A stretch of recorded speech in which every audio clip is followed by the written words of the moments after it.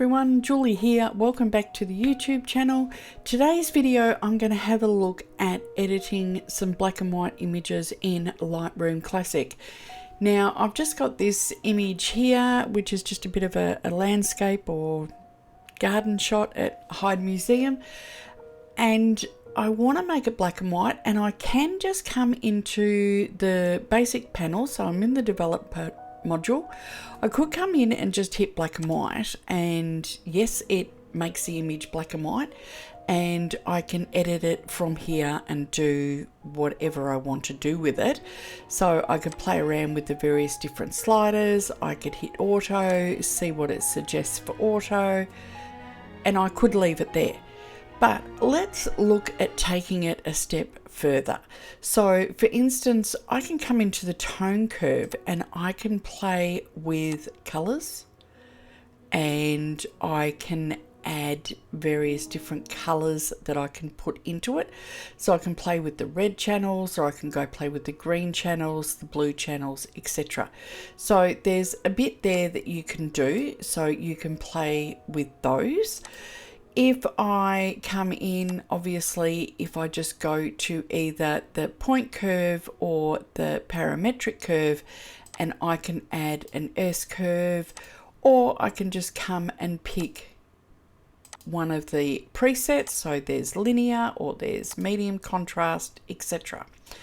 The other thing that you can play with is if you come into your, now this is black and white when you're in the black and white module, or if you're in color it's the hue saturation.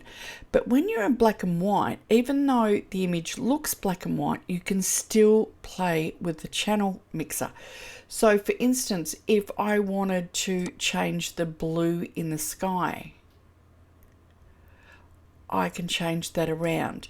Now there's also a little bit of purple in that sky just on the edges, and there's also some magenta in there too. Now perhaps I want to make the greens a little bit brighter. Now remember, with your greens there's also often some yellow, so if you have a look here, I can make the yellows pop as well. So that's another great aspect to black and white images. You can play with the color channels and really make them pop. You can also do some color grading. So if you want to put various colors in, you can do that, and I might have a look at that in another video altogether. Now detail, so if you want to add some detail in, which is really good in a black and white image, especially something like this, if I hit Alt on a PC, or I think it's Option on a Mac, I can see, or I can choose what's masked in and what's masked out. So the black is out and what's white is in the mask. I can then come and change how much detail I want. So you can see how much detail is there, and I can adjust the sharpening based on that. I can also do denoise if I want to. Now, if you're in black and white, generally you won't be able to see the chromatic aberrations, which is those sort of blue and magenta, or green and magenta lines. But sometimes you get a little bit of a halo, and that can be removed by doing the chromatic aberrations. In this image, not so much, but it is something there to keep a thought of. You can transform it, so that's basically if you need to straighten something up. This hill was a little bit sort of crooked anyway, so it's sort of, if I tried to straighten it, it would look a little bit bizarre. I could add some lens blur to my image. I can also add a little bit of a post-crop vignette, so I can either go dark on the left hand side or white. I prefer the darker, but each to their own. If you wanted to give a vintage look to your images, you could also add in some grain. It's up to you if this is something you would want to do or not. These are some things that I would definitely have a look at. Other things is there's this light here which is a bit annoying.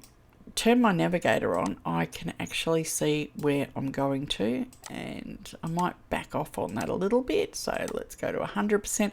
So I find that this is a little bit annoying in the photo, so I might actually go and see if I can remove that. So if I go into the remove tool and go into actual remove and select that, and then no, I need to get a bit more. There we go. And I'm going to hit apply. Give it a minute and see what it does. And that's actually done a pretty good job. I could see what other options there are.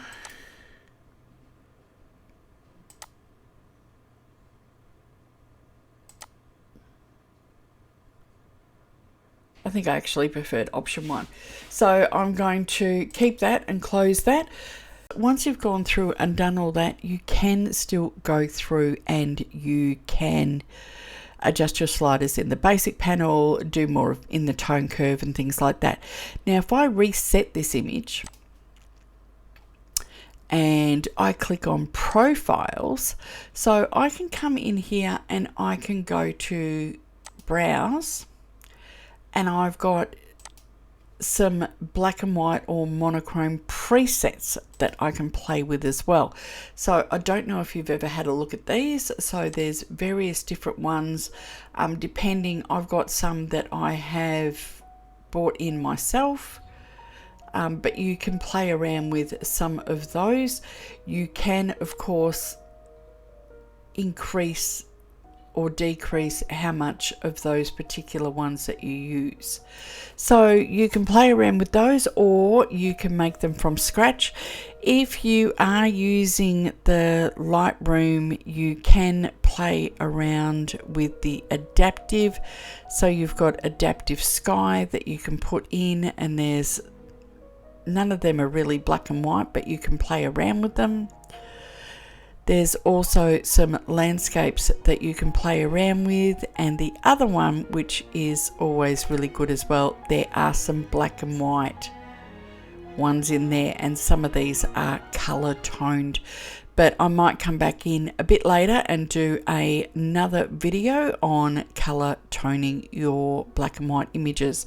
So that's it for today's video. Thanks for watching. I hope you enjoyed that. Don't forget to like and subscribe, and I will see you next time on YouTube. Bye for now.